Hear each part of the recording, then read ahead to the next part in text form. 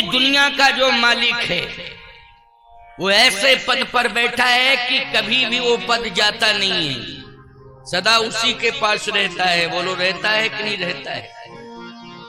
दुनिया का जो मालिक है ऐसे पद पर बैठा है, कभी उसका पद जाता नहीं है। जब उसका पद कभी जाता नहीं है तो उसी के पादार बिंदों में हम अपना समर्पण कर दें। याद रखना, ये जितना वैभव है सब पीछे पीछे हमारे फिरेगा, अपने आप पीछे पीछे, बस उनके चरणों में हम समर्पित हो जाएं। वैभव तो पीछे पीछे फिरेगा। लोग कहते हैं अन्यथा मत लेना है, साधुओं के पास इतना पैसा कहां से आ गया, साधुओं के पास इतने बड़े बड़े आश्रम कहां से आ गए। सुनो, प्रयास नहीं है, बिना ही प्रयास के आए, कोई प्रयास नहीं है। क्यों? क्योंकि भगवान का पद पकड़े हुए हैं ना, इसलिए पीछे पीछे ये सब फिर रहे हैं। किसका पद पकड़े हैं? भगवान का पद। पीछे पीछे ये सब वैभव वो पीछे पीछे पड़े। हम वैभव के पीछे नहीं पड़े हैं, वैभव हमारे पीछे पड़े। समझ रहे हो कि नहीं? हम वैभव के पीछे नहीं पड़े हैं, वैभव हमारे पीछे पड़े हैं। हम किसी के पीछे नहीं पड़े हैं, सब हमारे पीछे पड़े। तो समझ में आ गया अर्थ कि नहीं? हम किसी के पीछे नहीं पड़े हैं, लेकिन सब हमारे पीछे पड़े।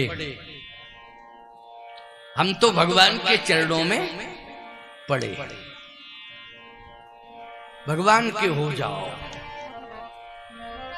शत्रुपा जी ने पुत्र से कहा कि बेटा मैं जा रही हूं। मां किसके साथ जा रही है? तुझे पता नहीं है किसके साथ जा रही है?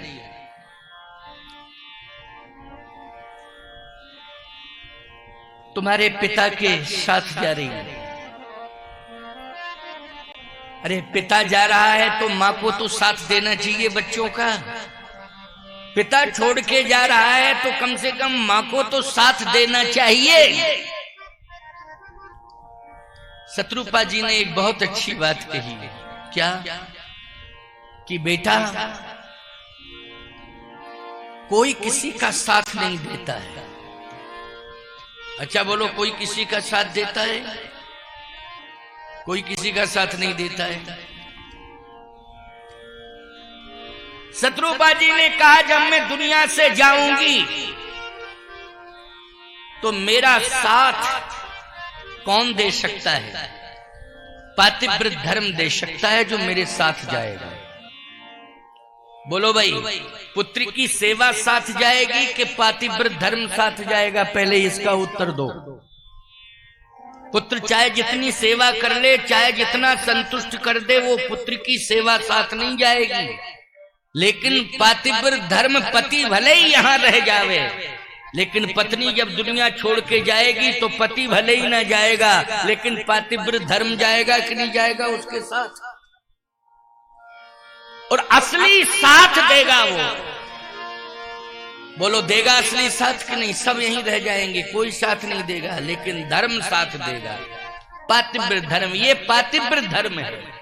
मैं पति की सेवा में जा रही हूं, ये क्या है? पातिव्रत धर्म है, यही मेरे साथ जाएगा। इसलिए मैं अपने पति के साथ जा रही हूं। सब कुछ दे दिया है, लेकिन जहां भी रहेंगे वहां से दुआएं भी भेजते रहेंगे। क्या भेजते रहेंगे? दुआएं मानी आशीर्वाद भेजते रहेंगे। इसी से तुम्हारा काम चलेगा। साथ देगा तो ये शरीर नहीं, आशीर्वाद साथ देगा। बोलो क्या देगा साथ? जल्दी बोलो। आशीर्वाद साथ देगा, शरीर कहां साथ देता है? अच्छा, बुढ़ापे में किसी काम का शरीर नहीं रहता, चल फिर भी नहीं सकता है। बहुत से तो इतने असमर्थ हो जाते हैं कि पकड़ के चलाना पड़ता है। क्यों भाई? चलाना पड़ता है कि नहीं? तो जब बुढ़ापे में पकड़ के चलाना पड़ता है तो क्या साथ देंगे, लेकिन उनके पास एक सबसे बड़ी ताकत रहती है आशीर्वाद देने की। जैसे ही तुम उनके हाथ पकड़ोगे, चलाओगे, तो हृदय से तुम्हें आशीर्वाद दे देंगे, वही तुम्हारा साथ देगा। आशीर्वाद साथ देगा। इसलिए महाराज मनु ने और शत्रुपा जी ने एक ही बात कही कि मेरा आशीर्वाद तुम्हारे साथ रहेगा, जहां भी मैं रहूं आशीर्वाद भेजती रहूं। धन्य है मां जो अपने पुत्र को सब कुछ देने के बाद भी कह रही है आशीर्वाद देती रहूं।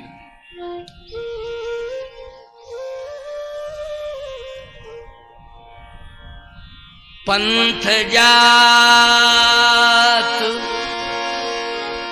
पंथ जात सोहत मत धीरा। पत्नी जब पति के पीछे पीछे चलती है, याद रखना, कपड़ों से सुंदर नहीं लगती, वो सोने के आभूषणों से सुंदर नहीं लगती, वस्त्रों से सुंदर नहीं लगती है। पति के पीछे चल रही है तो सुंदर लगती है। बोलो भाई, पति के पीछे पीछे चल रही है तो सुंदर लगती है। चतुर्थ अवस्था हो गई है, बुढ़ापा है। बुढ़ापे में रूप से कौन सुंदर होता है प्यारे, लेकिन शत्रुपा जी सुंदर इसलिए लग रही हैं क्योंकि आचरण से सुंदर हैं, पति के पीछे पीछे चल रही हैं, इसलिए शास्त्र कहता है ये सुंदर लग रही है। पति परमात्मा का स्वरूप है, पत्नी की दृष्टि से वो परमात्मा ही है। पति सब कुछ है। जब तक पति जिंदा रहे तब तक उसके प्रति समर्पण ही होना चाहिए और भगवान से ये प्रार्थना करना चाहिए कि पति के पहले मैं जाऊं दुनिया से, पति के पहले मेरे प्राण जाएं दुनिया से। ये भगवान से प्रार्थना किया करो, करती हो कि पति के पहले मेरे प्राण जाएं। और यदि कहीं कोई प्रारब्ध से पति अगर प्राण त्याग रहा है या त्याग दिया है किसी परिस्थिति में, चाहे बीमारी के कारण त्यागा हो और चाहे उसने किसी परिस्थिति में फंस के प्राण त्यागे हो अथवा अवस्था के अनुसार प्राण त्यागे, बोलो भाई, उसी दिन ये संकल्प ले लेना चाहिए कि पति तो अब चला ही गया है, अब मैं जब तक जिंदा रहूंगी जगत पति की शरण में रहूंगी, बस जगत पति ही मेरा सब। तो पति के बाद कौन है बोलो भाई? जगत पति। वो तो हमारा भी पति है, तुम्हारा सबका पति है, बोलो जगत का पति है।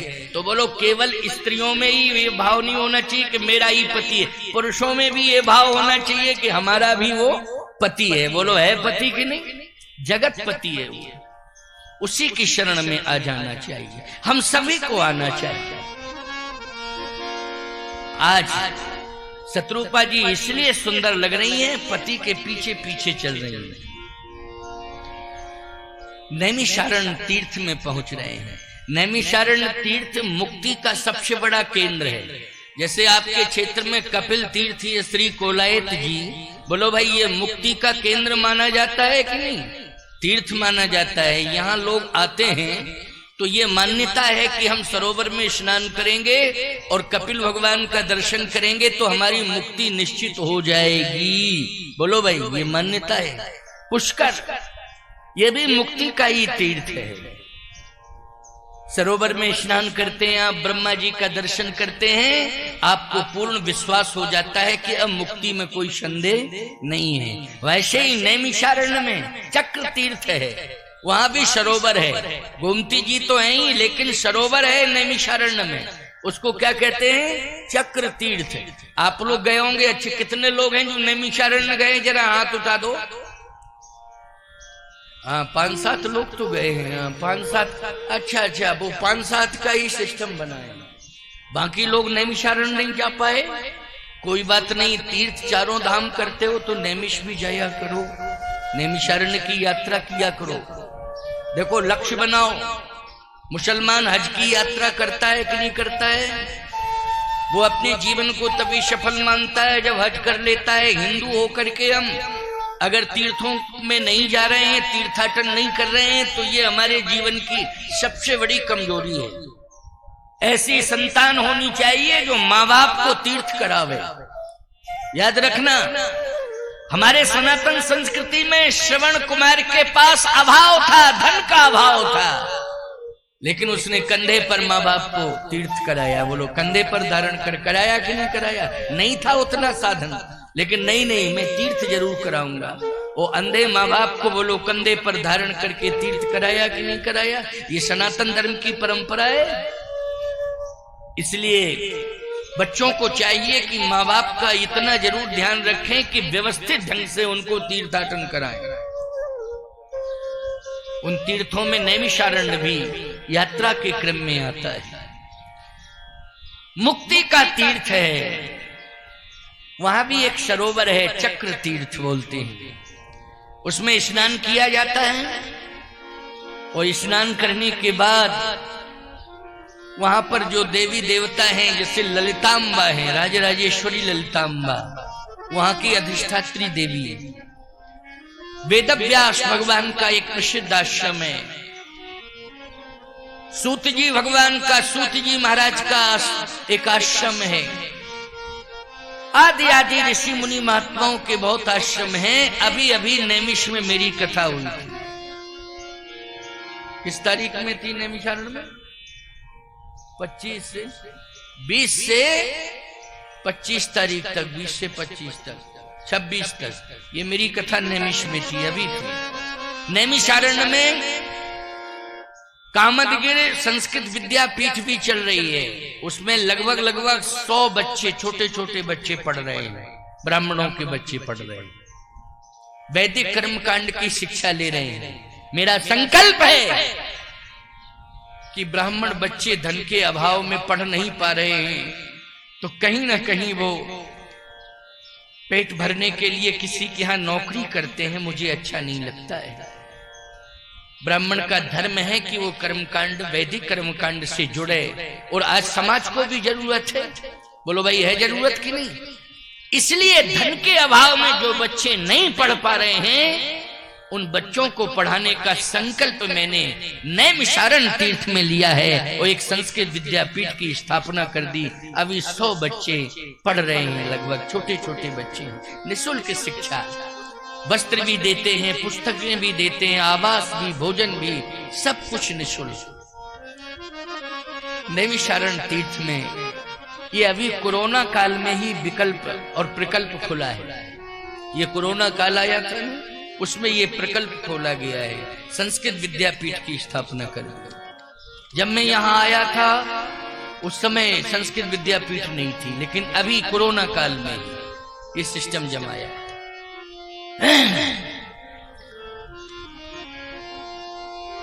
तो मैं कहना ये चाहता हूं कि नैमिषारण्य तीर्थ में पहुंचे महाराज मनु और शत्रुपा। नैमिषारण्य तीर्थ में क्यों पहुंचे? देखो, ग्रंथ और संत, मैंने कल कहा था कि एक ग्रंथ की जरूरत है, एक संत की जरूरत है। ग्रंथ और संत ये दोनों हमारे जीवन में मिल जाएं तो हमारा जीवन धन्य धन्य हो जाएगा, भक्ति मिलेगी, भगवान भी मिलेंगे। लेकिन बिना ग्रंथ के और बिना संत के हमें न भक्ति मिलेगी न भगवान मिलेंगे। तो ये भक्ति प्राप्त करने का सरल तरीका मैं आपको बता रहा हूं, ग्रंथ और संत, ये सत्संग। क्योंकि प्रथम भगति संतन कर संगा और दूसर रति मम कथा प्रसंगा। बोलो, ये पहली भक्ति है कि नहीं? संतन कर संगा। ये सत्संग जो आप सुन रहे हो, ये संत के द्वारा हो रहा है सत्संग, कथा सुनने को मिल रही है। दूसर रतिमम कथा प्रसंगा। बोलो, ये सरल भक्ति है कि नहीं? कि आप कथा सुनने के लिए आ गए यहाँ, तो ये सरल भक्ति है। इतना तो आप कर ही सकते हो ना कि घर से चल के आ सकते हो, कोई दिक्कत नहीं। संतों की वाणी सुन सकते हो, कोई दिक्कत नहीं। ये पहली भक्ति है। प्रथम भगति संतन कर संगा, और दूसर रति मम कथा प्रसंगा। गुरुपद पंकज सेवा, तीसरी भगति यमा। गुरुपद पंकज सेवा, सदगुरु की सेवा, ये सेवा ही हो रही है प्यारे। ऐसा मत मानना कि केवल एक परिवार मेरी सेवा कर रहा है, आशुदास का ही परिवार मेरी सेवा कर रहा है। आशुदास का परिवार अगर मेरी सेवा कर रहा है तो पूरा कोलायत जी क्षेत्र मेरी सेवा कर रहा है, मैं तो ये मानता हूं। क्योंकि तुम सबने मुझे बुलाया है। बोलो बुलाया है कि नहीं बुलाया है? गिरधारी दास तो माध्यम बन गए, उन्होंने तो दूरभाष पर चर्चा की है, लेकिन तुम्हारी श्रद्धा के कारण मुझे आना पड़ा। तुम सबकी श्रद्धा इतनी वजनदार हो गई कि हमारा पड़ला हल्का पड़ गया, तुम्हारा भाग। क्योंकि मैं तो बहुत बचा, बहुत भागा, समय नहीं दे पा रहा था, लेकिन बताया ना पकड़ में आ गया। पड़ला तुम्हारा भारी हो गया। तुम सबकी श्रद्धा एक तराजू के पल्ले पर रख गई और तुम्हारा पड़ला भारी पड़ गया। यही होना चाहिए। नैमिषारण्य क्यों पहुंचे महाराज मनु शत्रुपा? इतने तीर्थ थे, लेकिन नैमिषारण्य में क्यों पहुंचे? नैमिषारण्य में इसलिए पहुंचे क्योंकि वहां पर संत और सत्संग दोनों का ही लाभ है। संत और सत्संग। श्रीमद् भागवत की कथा सुनते हो, 88,000 ऋषि एक साथ बैठकर कथा कहां सुनते हैं? नैमिषारण्य में सुनते। 88,000 बहुत संख्या है। महात्मा ही महात्मा, 88,000 तो महात्मा ही महात्मा है जो एक साथ बैठ के कथा सुनते हैं। बोलो सत्संग का सबसे बड़ा स्थल है कि नहीं नैमिषारण्य? 88,000 ऋषि एक साथ बैठकर सत्संग सुनते हैं, क्योंकि बिना ग्रंथ और बिना संत के भगवान मिलने वाले नहीं। यही है भक्ति। ये सबसे अच्छी भक्ति हो रही है। इसलिए मैं कहता हूं और तो सब भक्ति के तमाम आडंबर हैं, लेकिन असली भक्ति यही है, भगवान की कथा सुनना और संत का संग करना। ये असली भक्ति है, इसमें कोई आडंबर नहीं है। अच्छा एक बात बताओ भाई, इसमें कोई आडंबर तो नहीं लग रहा है तुम्हें? जो परंपरा है कथा की, वैसी परंपरा चल रही है कि नहीं? बस एक परंपरा नहीं जुड़ गई कि ये माइक नहीं लगता था तो तुम बहरे हो गए हो, तो हम क्या करें? हम तो बिना माइक के भी सुनाने को तैयार हैं। क्यों भाई? लेकिन तुम कहते हो महाराज सुनाई नहीं दे रहा, तब कहता हूं माइक लगाओ, थोड़ा स्पीकर बढ़ाओ, क्योंकि इनको सुनाई नहीं दे रहा है। तो तुम्हारे कारण ये व्यवस्था बनाई है। बोलो बनाई कि नहीं बनाई है? वृक्षों के नीचे कथाएं होती थी, लेकिन अब पांडाल के नीचे हो रही। वृक्ष सब कटवा दिए तुमने, वृक्ष बचे कहां? बोलो वृक्ष बचे हैं क्या? इतने बड़े बड़े बरगद थे कि कम से कम 1000, 2000, 4000 आदमी बैठ जाता था बरगद के नीचे। अब कहां बरगद बचे हैं जरा बताओ? सब कट गए। कुछ तो एक्सप्रेस वे में चले गए, बड़े बड़े एक्सप्रेस वे हाईवे निकल गए, तो बड़े बड़े पीपल और बरगद चले गए प्यारे। बोलो चले गए कि नहीं? और कुछ पेड़ गांव में इसलिए कट गए कि आबादी बढ़ गई तो मकान बन गए वहां। क्यों भाई बन गए कि नहीं? ये समस्या आ गई, मकान बन गए। वृक्ष तो गांव में बहुत थे पहले बहुत वृक्ष थे, लेकिन अब आबादी बढ़ गई तो मकान बनेंगे, तो पहले वृक्ष को हटाओ तब मकान बनाओ। इसलिए ये विकल्प बनाया गया, ये सुंदर पंडाल बना के तैयार किया गया। बोलो किसके लिए? छाया के लिए। बोलो किया गया, लेकिन ये छाया है नकली और वो छाया थी असली। बोलो भाई जो बट वृक्ष की छाया थी वो क्या थी? असली थी। लेकिन क्या किया जाए, विकल्प बनाया गया है। मजबूरी ये है क्या बनाया है? विकल्प। ये आवाज कैसी आने लगी है? क्या हो गया? क्या डिस्टर्ब हो गया कुछ? क्या ठीक कर लो, ठीक कर लो उसको, आवाज नहीं आनी चाहिए।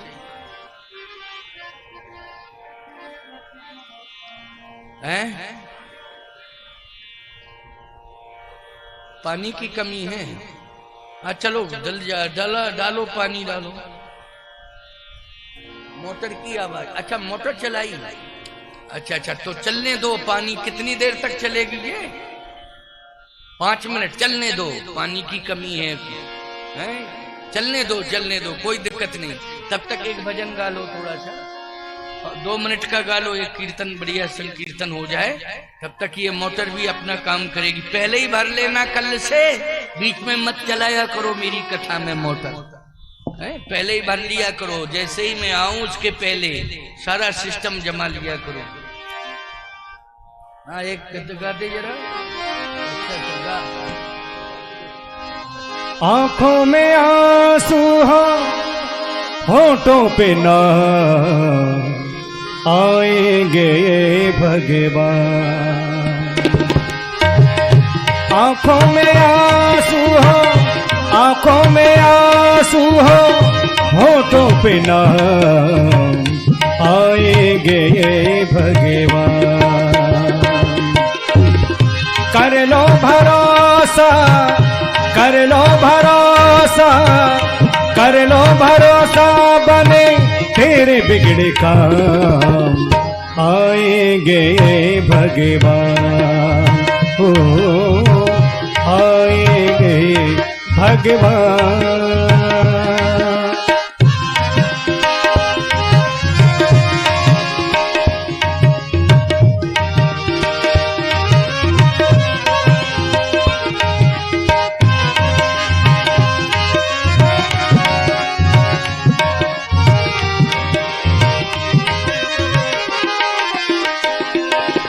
वो आंसू भी क्या आंसू जो अपने लिए बहाए, प्रभु के लिए गिरे जो आंसू वो आंसू कहलाए।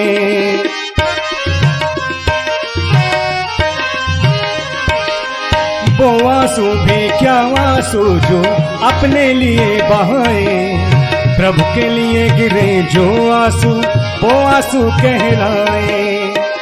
भावों के बसे में हर दम रहते, भावों के बसे में हर दम रहते, मेरे कृपा निधान आएंगे भगवान। कर लो भरोसा, कर लो भरोसा, कर लो भरोसा, बने तेरे बिगड़े काम आएंगे भगवान। हो आएंगे भगवान।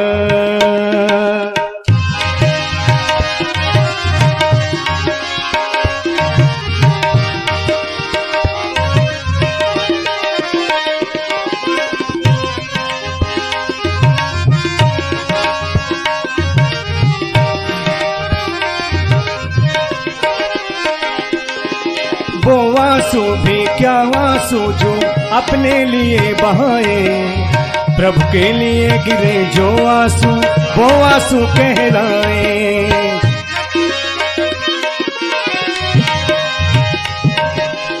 वो आंसू भी क्या आंसू जो अपने लिए बहाए, प्रभु के लिए गिरे जो आंसू वो आंसू कहलाए। आंसू है वो दर्पण जिसमें रूप प्रभु का दिखता, ऐसे रोने से मिल जाए तो भी मानो सस्ता। कितने महंगे भाग्यवान मिले थे, कितने महंगे भाग्यवान मिले थे, कितने सस्ते दाम आएंगे भगवान। कर लो भरोसा, कर लो भरोसा, कर लो भरोसा, बने तेरे बिगड़े काम आएंगे आएंगे ये भगवान, ओ आएंगे ये भगवान, आएंगे ये भगवान। बोलिए भक्तवत्सल भगवान की जय, श्री कपिल देव भगवान की जय, श्री अयोध्यानाथ भगवान की जय, श्री कामदगिरि भगवान की जय। सत्संग का सबसे बड़ा स्थल नैमिषारण्य है। सत्संग और संतों की वाणी जहां पर सुनने को मिल जाए, भक्ति वहीं आती है और उसी भक्ति से भगवान प्राप्त हो जाता है। भगवान को प्राप्त करने का लक्ष्य है, इसलिए नैमिषारण्य गए। जैसे नैमिषारण्य में पहुंचे तो गोमती मैया में स्नान किया। स्नान करने के बाद ब्रह्म को प्राप्त करने के लिए ब्रह्म का चिंतन भी श्रवण किया और ब्रह्म का चिंतन भी किया। दोनों बातें, ब्रह्म का चिंतन आप श्रवण कर रहे हैं, ये श्रवण क्या कर रहे हैं? ब्रह्म का चिंतन चल रहा है, ब्रह्म की कथा सुन रहे हैं और ब्रह्म का चिंतन भी कर रहे हैं। करहीं आहार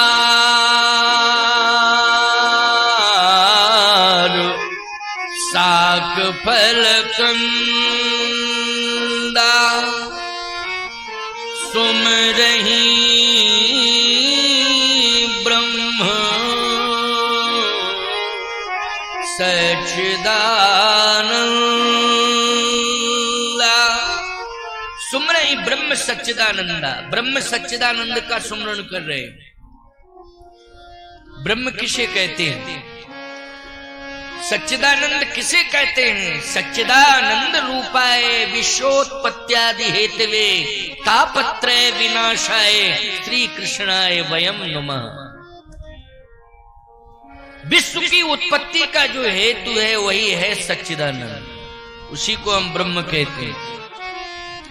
दैहिक, दैविक, भौतिक तीन प्रकार के तापों को नष्ट करने की क्षमता जिसमें है वो है सच्चिदानंद। दैहिक, दैविक, भौतिक, ये तीन ही प्रकार के ताप होते हैं। दैहिक मानी शरीर में कोई बीमारी आ जाए।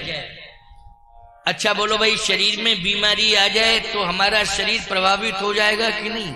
यह है ताप। ये किससे ठीक होगा? बोले ये ठीक होगा दवा लेने से। बोलो हो जाएगा ना, दवा से ये ठीक होगा।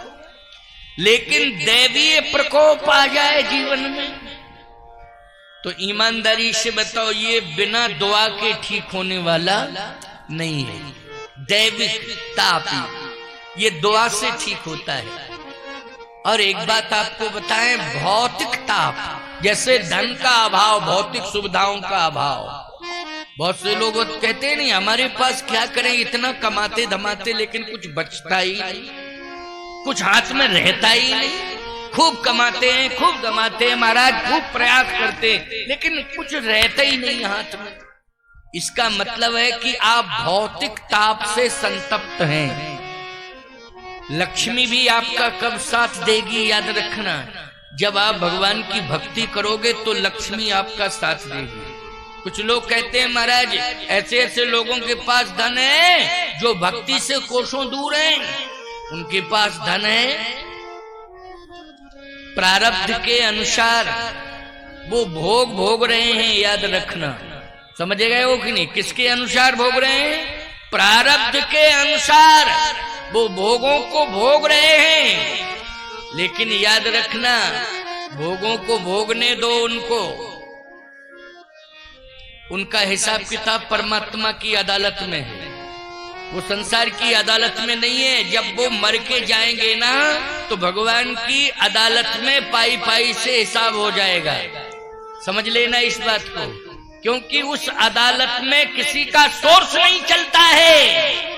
उस अदालत में यदि कोई हमारा पक्षकार होता है तो वो पैसा नहीं होता है, भोग नहीं होते हैं। हमारा पक्षकार हमारा धर्म होता है, सत्कर्म होता है, जो हमारे पक्ष में खड़ा होकर के वकालत करता है भगवान की अदालत में। बोलो भाई, कौन करता है भगवान की अदालत में वकालत? हमारा सत्कर्म, हमारा सत्कर्म खड़े होकर के हमारी वकालत करता है।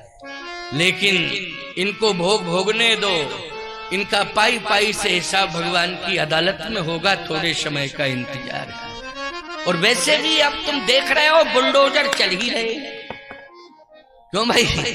बड़े बड़े मकान, बड़ी बड़ी हवेलियां जो है बुलडोजरों से ध्वस्त कर दी गई हैं और खाते करोड़ों के सीज कर दिए गए हैं। बोलो भाई, पहले हिसाब बताओ, ये संपत्ति आई कहां से? बताओ हिसाब। मैं ईमानदारी से कह रहा हूं, जो वास्तव में ईमानदारी से कमा रहे हैं, खा रहे हैं, संतोष का धन से, संतोष के धन से ही संतुष्ट हो रहे हैं। बोलो, कोई जांच उनके खिलाफ आज तक बैठी? जल्दी बोलो, उनके खाते सीज किए गए क्या? किसी प्रकार की कोई चुनौती सरकार ने उनके सामने पेश की? लेकिन चुनौती उन्हीं के सामने आ रही है जो नंबर 2 का रिकॉर्ड बना करके तैयार किए थे। बस वो जो भोगों को भोगने के लिए कमाई धरे थे, उन्हीं के खाते सीज हो गए। याद रख। नहीं, मैं एक बात कहना चाहता हूं, टाटा बिरला का खाता सीज क्यों नहीं किया किसी सरकार ने? बोलो भाई, है हिम्मत किसी की? जल्दी बोलो, क्यों? रिकॉर्ड है उनका।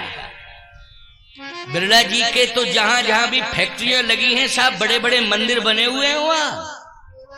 न जाने कितने संत विद्वान वहां जाकर सत्संग कर रहे हैं, कथा कह रहे हैं। मैं ही प्रमाण बैठा हूं इसका। याद रखना, जिम सुख संपत्ति विनय बुलाए, धर्मशील पही जाए सुहाए।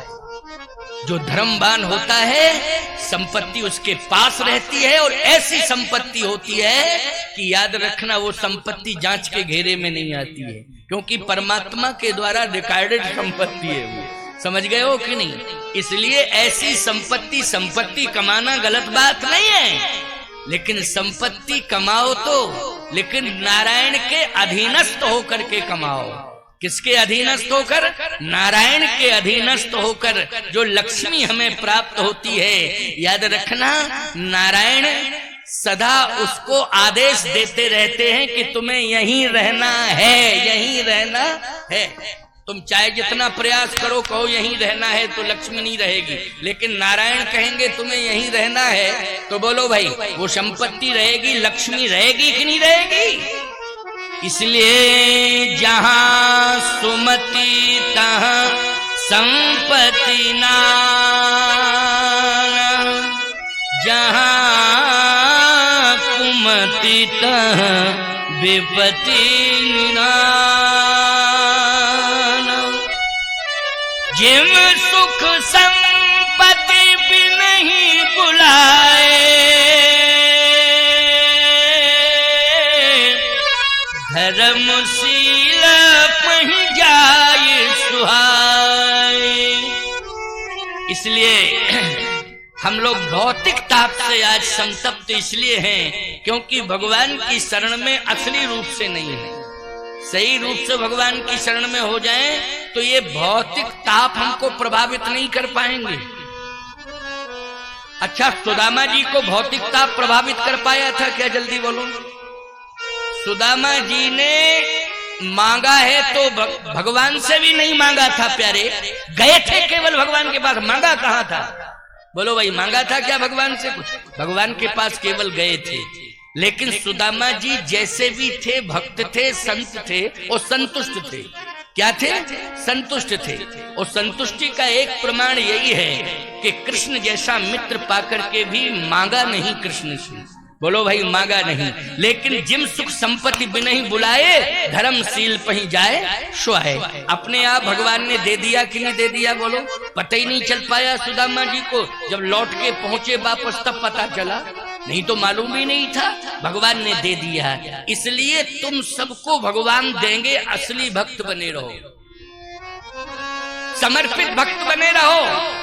भगवान तुम्हें